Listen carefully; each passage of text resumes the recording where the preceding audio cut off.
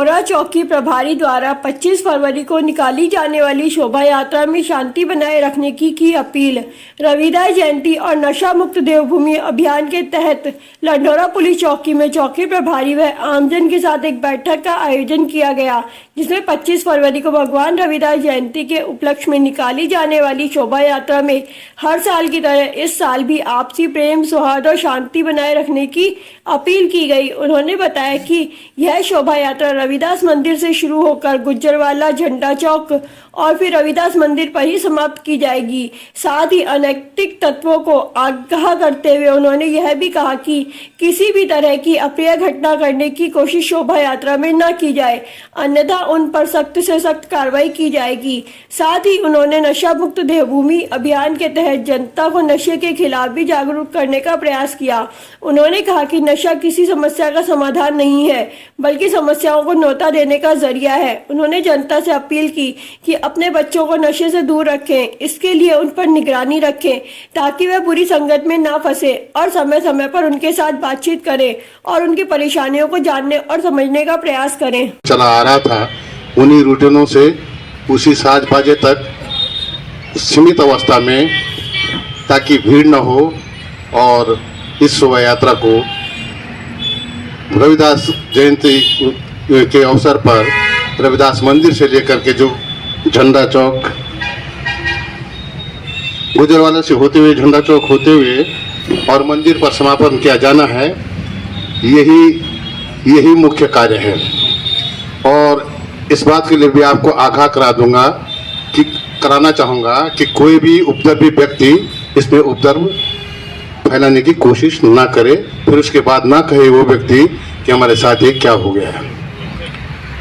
धन्यवाद। इन्हीं शब्दों के साथ अपने मतभेद भुला के आगे बढ़ना, और अगर हम हिस्ट्री भी उठाएंगे हजारों सालों की, तो जिन लोगों ने बैठ के अपने मतभेदों को सुलझाया है वो और ताकतवर बन के उभरे।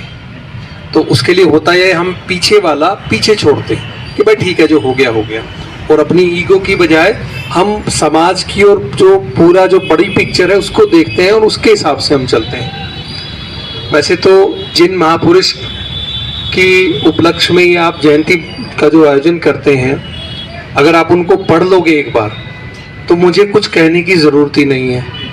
मैं बताऊं आपको, सही बात बताऊं तो 15वीं शताब्दी में एक महापुरुष का जन्म होता है, और उस वक्त के हिसाब से आप देखोगे और आज के हिसाब से भी इतना प्रासंगिक है कि मन चंगा तो कटौती में गंगा। कि भाई जो स्वरूप आप कहते हैं ना भाई पूजने का स्वरूप नहीं, वो कह रहे हैं भाई मन में आप चीज़ों को बसाइए। अगर आपका भक्ति का भाव हो मन में होना चाहिए। आज आप अगर कोई किसी बहुत बड़े विद्वान को सुन लो, आप किसी संत को सुन लो, तो यही सार आज के दिन भी है। और 15वीं शताब्दी में उन्होंने ये बोल दिया। एक और उन्होंने कहा ना, जाति जाति में जाति है सो केतन के पात, रैदास मनुष्य न जुड़ सके जब तक जाति न जात। तो कहते हैं ना, जो केले का पत्ता होता है ना, केले के पत्ते को जब आप छीलना शुरू करेंगे, एक परत निकलेगी, एक जाति निकल गई, दूसरी परत, तीसरी परत, लास्ट में कुछ नहीं बचता। हमने मनुष्य को इतनी, उनका कहना है, इतनी जातियों में बांट दिया है कि जब आप उन जातियों को हटाते चलोगे, समाज को क्या समझाने की कोशिश की और कितना समाज को जागरूक होने की जरूरत है नशे को लेकर। देखिए, नशा एक सामाजिक बुराई भी है जिसमें सभी स्टेक होल्डर हैं रोकने के लिए। पुलिस भी है, हमारा समाज भी है, हमारे बाकी जो प्रशासन के अमले वो भी हैं। तो आज की मीटिंग में हमारे द्वारा यही बताया गया कि भाई आप भी अब पुलिस का सहयोग करें, सूचनाएं प्रदान करें, अपने बच्चों पर निगाह रखें ताकि नशे की जो दलदल है उसमें ना फंसें, और हम एक अच्छी कार्रवाई जनता के सहयोग से नशे के ऊपर कर सकें। एक मुहिम हमने छेड़ी है माननीय मुख्यमंत्री जी के नेतृत्व में। तो इसी को लेकर आज हमने यहाँ पे गोष्ठी आयोजित की। देखिए, बहुत मुश्किल नहीं है। आप बच्चे पर निगाह रखेंगे, वो क्या एक्टिविटी कर रहा है, किसके साथ उठ बैठ रहा है, उसकी आदतें क्या हैं, ये चीज़ें अगर थोड़ा बहुत पेरेंट्स अगर ध्यान रखेंगे तो संगति के बारे में है।